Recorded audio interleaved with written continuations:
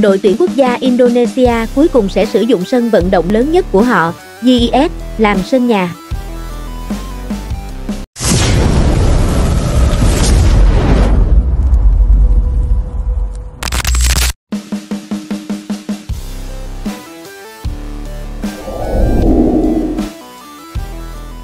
Dibandingkan dengan Indonesia, sepak bola Malaysia jadi lawakan media Vietnam.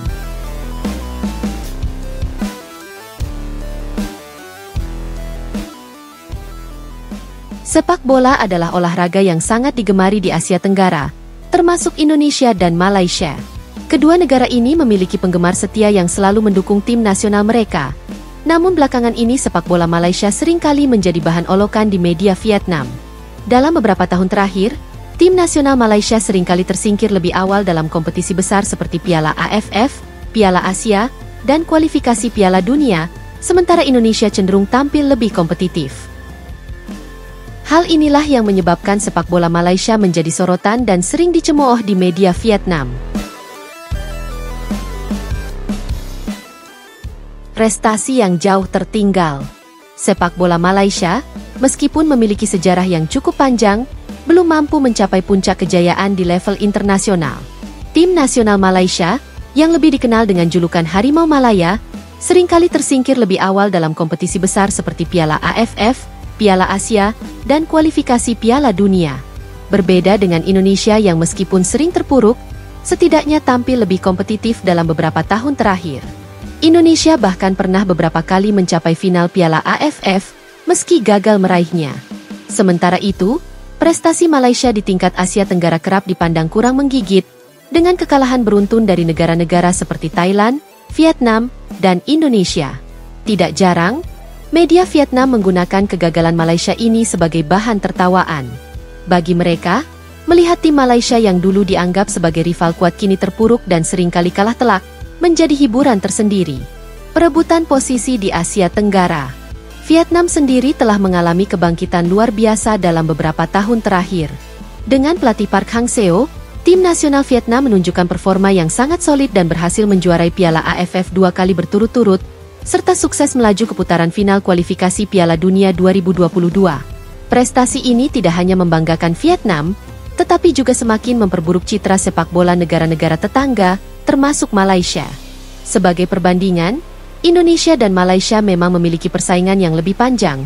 Namun kini Vietnam seolah menjadi tuan rumah baru di kawasan tersebut. Tim nasional Vietnam tak hanya lebih sukses, tetapi juga memiliki kualitas pemain dan manajemen tim yang jauh lebih baik.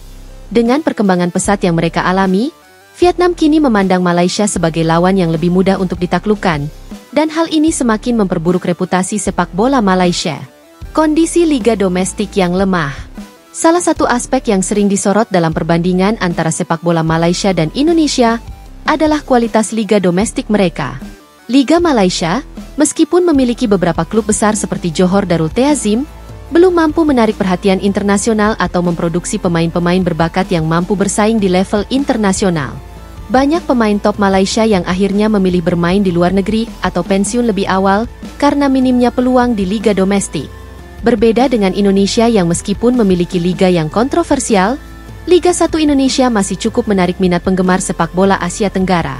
Kualitas kompetisi di Indonesia juga dianggap lebih baik, dengan banyak pemain asing berkualitas yang memperkuat tim-tim besar Indonesia. Hal ini menjadi salah satu alasan mengapa media Vietnam merasa bahwa sepak bola Malaysia lebih mudah dijadikan bahan olokan dibandingkan Indonesia. Apa yang bisa dilakukan Malaysia? Untuk dapat bersaing dengan negara-negara seperti Vietnam dan Indonesia, Malaysia harus berusaha meningkatkan kualitas sepak bola mereka baik dari segi teknis, manajerial, maupun liga domestiknya. Pembinaan pemain muda yang lebih serius dan investasi lebih besar dalam infrastruktur liga dapat membantu menciptakan pemain-pemain berbakat yang mampu bersaing di level internasional. Selain itu, Malaysia perlu meningkatkan performa tim nasional dengan pelatih dan strategi yang lebih inovatif, serta mengurangi ketergantungan pada pemain bintang yang sudah menua. Dengan begitu, mereka bisa kembali meraih kejayaan di kawasan Asia Tenggara dan mengurangi bahan olokan yang sering dilontarkan media Vietnam. Kesimpulan, sepak bola Malaysia saat ini memang sedang berada di bawah bayang-bayang prestasi negara-negara tetangga, khususnya Vietnam. Meskipun Indonesia juga menghadapi banyak tantangan, kualitas permainan mereka masih lebih baik dibandingkan dengan Malaysia.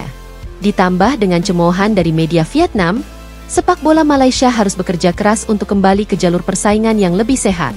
Hanya dengan perbaikan yang berkelanjutan, tim nasional Malaysia dapat membuktikan bahwa mereka masih pantas diperhitungkan di Asia Tenggara.